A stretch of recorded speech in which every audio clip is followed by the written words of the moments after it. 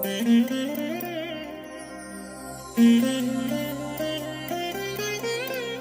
దినం పరము నుండి దిగివచ్చు మాట, ఇది నీ జీవితానికి వెలుగుల బాట, నీ ఒడిలో ఉంచబడిన దీవెనల మూట, అద్భుతాల ఆనంద ఊట. మే 1 సంవత్సరమంతా మీరు బైబిల్ చదివి ముగించడానికి ఈరోజు మీరు చదవలసిన లేఖన భాగము ఉదయం 1 రాజుల గ్రంథం 10-11 అధ్యాయములు, సాయంత్రం లూకా సువార్త 21వ అధ్యాయము 20 నుండి 38 వరకు. ప్రభునందు నాకు అత్యంత ప్రియమైన దేవుని బిడ్డలారా, ఈ ఉదయకాల సమయంలో మీకు నా శుభములు తెలియచేస్తున్నాను. దేవుడు మీకు తోడై ఉండునుగాక. ఆయన కృప ఒక జల ప్రవాహం వలె వడివడిగా మీ యొద్దకు ప్రవహించునుగాక.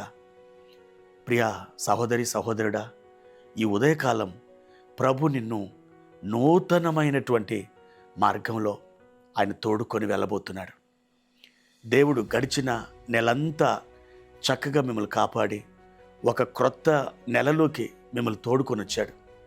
గడిచిన నెలలో తన ప్రేమను, తన కృపను, దయను, ఆయన యొక్క వాత్సల్యమును మీ ఎడల సమృద్ధిగా బయలుపరిచాడు. ఈ నెలలో కూడా అంతకంటే శ్రేష్టమైన ఒక కృపలోనికి మిమ్మల్ని దేవుడు తీసుకొని వెళ్ళబోతున్నాడు.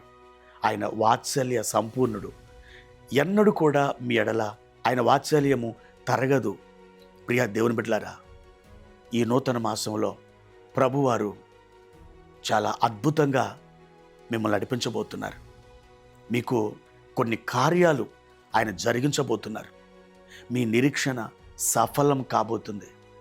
మీరు అనుకున్న చోటికి, అనగా దేవుడు నిశ్చయించి దేవుడు మీ కొరకు ఏర్పాటు చేసిన ఆ సమృద్ధి గల చోటుకి దేవుని ఆత్మ మిమ్మల్ని తోడుకొని వెళ్ళనై ఉన్నాడు. ఈ మాసంలో కొన్ని కార్యాలు మీ ఎడల జరగడం మీరు చూడబోతున్నారు. ఆ కార్యాలు మీకు జరగడం, అవి మీరు అనుభవించటం మీ తోటి వారు కూడా గమనించబోతున్నారు. అబ్రహాముని దేవుడు దీవించినప్పుడు, అబ్రహాము చేయుచున్న సమస్త కార్యములను దేవుడే అతనికి తోడుగా ఉండి సఫలం చేస్తున్నప్పుడు అన్యజనులు అది చూచి, విశేషంగా ఒక అన్యరాజు అబీమెలెక్, అతని సేనాధిపతి అబ్రహాం దగ్గరకు వచ్చి నిబంధన చేశారు. దేవుడు నీకు తోడై ఉండడం మేము గమనించమన్నారు. అదే రీతిగా మీకు జరగబోయే కార్యాలని ఇతరులు చూడబోతున్నారు.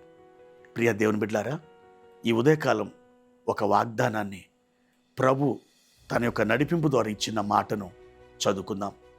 హగ్గయి గ్రంథం 2వ అధ్యాయము 5వ వచనం. మీరు ఐగుప్తు దేశం నుండి వచ్చినప్పుడు నేను మీతో చేసిన నిబంధన జ్ఞాపకము చేసుకునుడి. నా ఆత్మ మీ మధ్యన ఉన్నది గనక భయపడకుడి. మన జీవితంలో అతి సులువుగా మనల్ని కలవరపరిచేది ఏంటి తెలుసా? భయం. భయం అనేది ఒక వ్యక్తి యొక్క జీవితంలోకి వచ్చినప్పుడు ఆ వ్యక్తి ఎంత సమర్థుడైనా చేతులు పడిపోయినటువంటి వాని వలె, ఒక అంగహీనుడి వలె అతడు మారిపోతాడు. అతని జ్ఞానం పనిచేయదు, అతని ధైర్యం పనిచేయదు, అతని ఆలోచన ఎంత మాత్రం కూడా పనిచేయదు.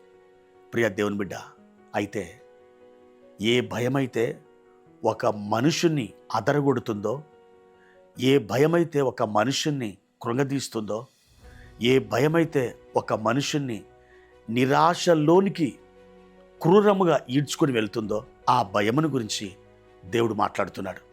నా ఆత్మ మీ మధ్య ఉన్నది గనుక మీరు భయపడకూడి అని చెప్తున్నాడు. ప్రియ దేవుని బిడ్డ, పరిశుద్ధాత్ముడు మీతో ఉన్నాడు. ప్రభు అయిన యేసుక్రీస్తు వారు ఆదరణకర్తని, అనగా పరిశుద్ధాత్మను మీకు తోడుగా ఉంచారు. ఆయన మిమ్మల్ని చక్కగా నడిపిస్తారు. ప్రతి భయము నుండి మిమ్మల్ని తప్పిస్తారు. ప్రతి పోరాటంలో మీకు జయమునిస్తారు.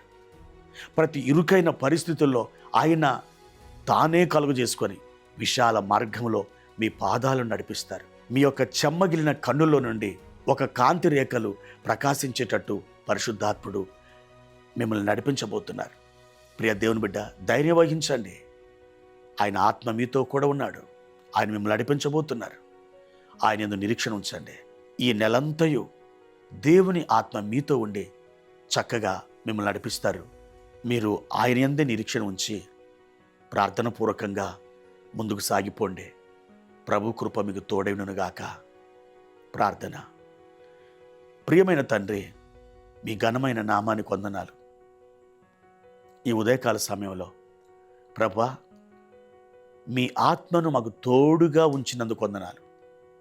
మీ ఆత్మ మమ్మల్ని దర్శించుచున్నది కనుక మీకు వందనాలు. మీ ఆదరణకర్త మమ్మల్ని నడిపించుచున్నాడు కనుక మీకు వందనాలు. మా తండ్రి, ఈ ప్రశస్తమైన సమయంలో అయా మా ప్రియుల కొరకు నేను ప్రార్థించుచున్నాను. ఈ నెలంతయు మా ప్రియులను చక్కగా నడిపించి మహిమ పొందుమని, కృప వెంబడి కృపలోనికి మీరు తోడుకొని వెళ్ళండి. అంతకంతకు మా ప్రియులను వర్ధిల్ల చేయండి. యేసు నామములో ఈ ప్రార్థన అడిగి వేడుకుంటున్నాం తండ్రి. ఆమేన్.